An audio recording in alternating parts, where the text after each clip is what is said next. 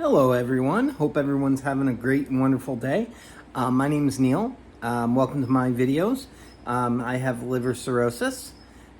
So if it's your first time here, that's what my videos are based on, liver awareness.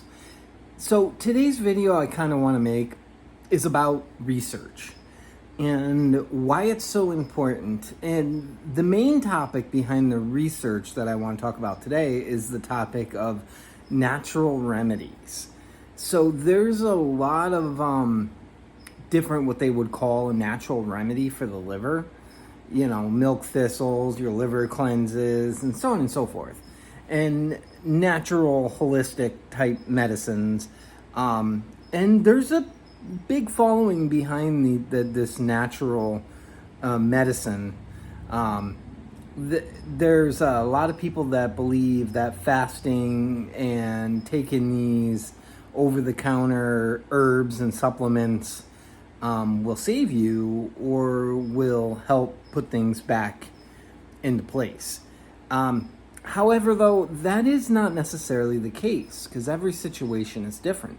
The reason why I say research is because if you have a disease or you have something that's wrong with you, you should really look into as much as possible, which is probably why you're here on this video now.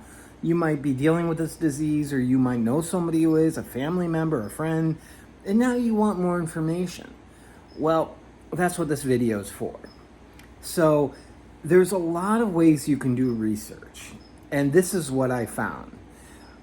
When I look for research, I look for research that is backed by people that have their studies basically put into liver. Not like, give an example. If I'm having problem with my asthma, I don't want to get information about asthma from a foot doctor, you know? So it is very important, the sources, and you can take many sources. I wouldn't rely on one and call it the gospel and be like, this is the only thing, this is this, this is that.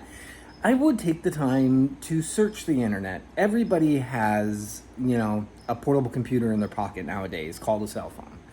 And Google is a glorious thing. And one of the places is the National Institute for Liver Awareness. They're a big one. They will also give you information on where to go to find other information on their websites. And I'll try to put a link in the comment or in the description about them. So you'll find a lot on that. I Google a lot of sources. I look at YouTube videos. That's a good one, and that's what you're doing right now. I look at, when I Google something, I will look up, first thing I go to is stuff from medical professionals. So I look for the things that come from doctors, those people on the leading edge of new medical breakthroughs. I look for that first. And then I go looking for people that have experienced it and that may have had, taken the medicine. Like, I don't know if we've heard, I mentioned in my last video, they've come out with this new medicine that works with the thyroid to help burn off liver fat, which is a medicine that's designed before you hit cirrhosis.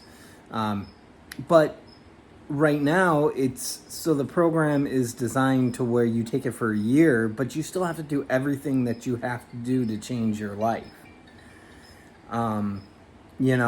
You have to do everything that you would normally do to make a life change, as far as exercising, being more active, trying to stay positive, eating healthy.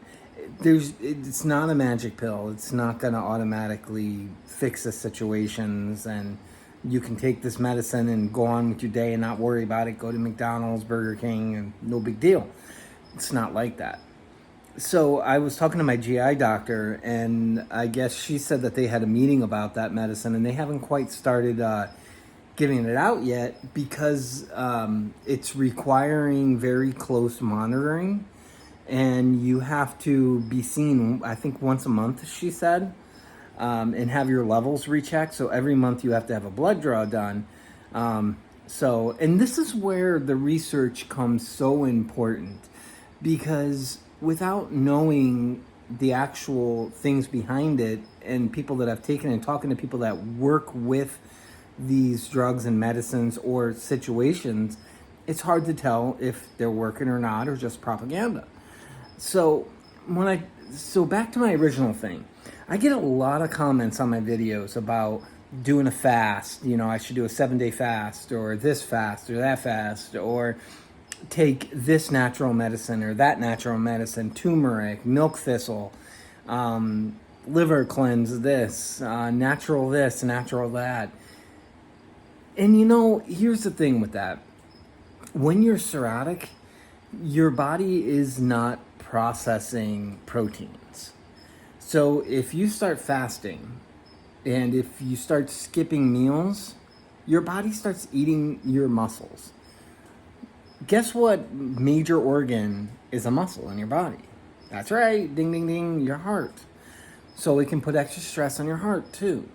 Your muscles, your biceps, triceps, your ab muscles, all those things. You're going to be more tired because you're already out of energy. You're already low on energy because your body's not processing proteins as it is. And now you want to take them away for a week. This is not good for everyone. Now, I'm not denying that there's some good proven benefits to fasting, because there is. And, but when you're cirrhotic, that is not a good choice to make. I think that everything has a place and a time, but not everything has a time or a place. So, these natural medicines that I hear, another one a lot of people don't think about, green tea. When your liver turns cirrhotic, it has a hard time processing green tea. The natural ingredients that's in it, the liver has a hard time processing that. So when you're putting these other materials in your body to help something, now that something, the liver, isn't working right, now it has to work even harder to process these natural remedies. Now you're putting extra stress on the liver that's already beaten up. So I do not do any natural supplements. I don't do any natural medicines. The only vitamins I generally take are the ones that we have to have, the B12, the folic acid, zinc, vitamin C, potassium. If you're got cirrhosis, you probably have experienced being low on potassium at some point or another. Those are some huge pills they give you, almost impossible to swallow. But there are, like I said, so many other quick fixes that they're marketing out there that you got to be careful of. So do your research. So importantly, finally, do your research. Don't take some goofy guy in a Star Wars hat and a Spider-Man shirt here on a video. Don't take his word for it. Don't take the next guy's word for it. Take all the information you got. If you got to write notes, write notes. If you need to write down where you found something, write down where you found something. Whatever helps you, because we're all different. And again, any questions, I'd be happy to answer. Just leave a comment and I'll be happy to answer those. With that said, yesterday's video too, I was talking about the different symptoms and the different levels of liver disease. And some of the symptoms, some of the minor ones, I totally spaced. So I'll mention them too, real quick, just an add on here. So when your liver starts going bad, some of the little symptoms you run into is itching. You get like these red dots, and I don't know how well it'll show up. It probably won't show up on the camera, but it's right there. Anyway, I'll get these red dots that kind of spider out. That's from, I forgot the exact term for them, but that's from the bilirubins getting to the skin and stuff. Red palms is one. I haven't experienced that one, but that's one that you can run into. Sleeplessness. When I start hitting sleeplessness, I know that my ammonia is spiking. So there's, to up the lactulose and to start increasing that. And if it continues, to go in and be checked and have levels checked and so on and so forth. So many different hoops to jump through when you got one of these happy diseases. Some of the other symptoms you run is just an upset stomach, weakness, tiredness, some fluid building up around the legs, the ankles, that area. You may notice in the stomach. Mine filled up in the right lung, over and over and over again. It actually really didn't fill up in the stomach. It just dumped itself into the lung and said, this is cozy. We'll just hang out here. So I only had the stomach pumped out twice, but I've had the right lung pumped out probably 7 or 8 times, plus a chest tube for an entire month at one point. So yeah, I know what it's like to have those fluids build up. They are uncomfortable and some of the worst nights of sleep you'll ever have, for sure. So anyway, I just realized I forgot to mention those few things on that video. So just a couple symptoms that you may notice with liver disease, along with other ones. If you want to see more of them, you can check out that last video that I posted. And again, I want to thank everybody for your support and for your kind words and your comments. And even the people that talk about natural remedies and going on fast. I appreciate your comments too, because those help me be able to make these kind of videos, and why I don't, choose those and why I don't do those when they sound like, they have good promise to them. But I want to thank everybody for watching this video and hanging out. And if you stayed this long, thank you so much. Please make sure to give a thumbs up and to click subscribe and the bell for notifications. Also, I've noticed some people donating to my GoFundMe page. Thank you so much for that, by the way. That is a huge blessing. It's been extremely difficult to make it through financially, and some of the help that the little donations here and there, they always come just in time, and they always are just a blessing. And so thank you so much. And the link for that is in the bio as well, and in the description. So again, I hope you enjoyed this video. Keep tuning in for more. I'll keep making these videos. I do have some procedures coming up that I have to do. I have to go in for an EGD because I also have the lower muscle of my esophagus gets stuck and it holds food and doesn't let it go. So I need to have Botox injected into that again. And they also have to check for varices and check scar tissue and all that stuff, which is every 6 months or so. Ultrasound, which is every 6 months to check for cancer, because when you're got cirrhosis, you are at an elevated risk for liver cancer.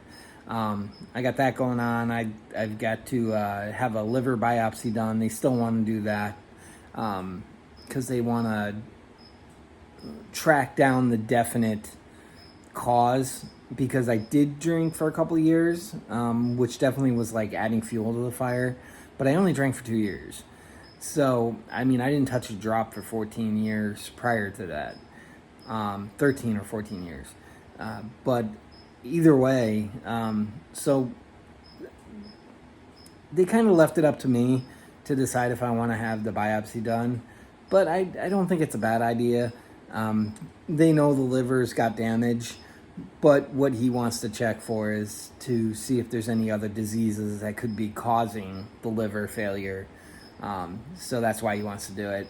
And then I've got to have a test done on my gallbladder because I have gallstones and they've been causing havoc. So they want to, they make you drink this fluid, I guess, and they make the gallbladder overreact. And if you don't know what a gallbladder does, gallbladder releases bile when you eat like fatty foods. So things like McDonald's or like French fries, or things that aren't as good for you, things that are harder for your stomach to break down. The gallbladder releases bile, and that bile helps break down that food. And what happens is you can get blockage in those ports from the stones. And, of course, if you're cirrhotic, that adds a whole nother degree of danger to it. Because if one of those get plugged and you get a bile duct plugged when you're already cirrhotic, I mean, that's extremely scary and dangerous. So they want to test the gallbladder. And so that should be exciting. So I will give everyone updates once I get all those things done. So hopefully those get done this month or sometime beginning of next month. And until then, everybody, till the next video, everybody stay happy, stay blessed, and stay positive. Have a beautiful, wonderful day.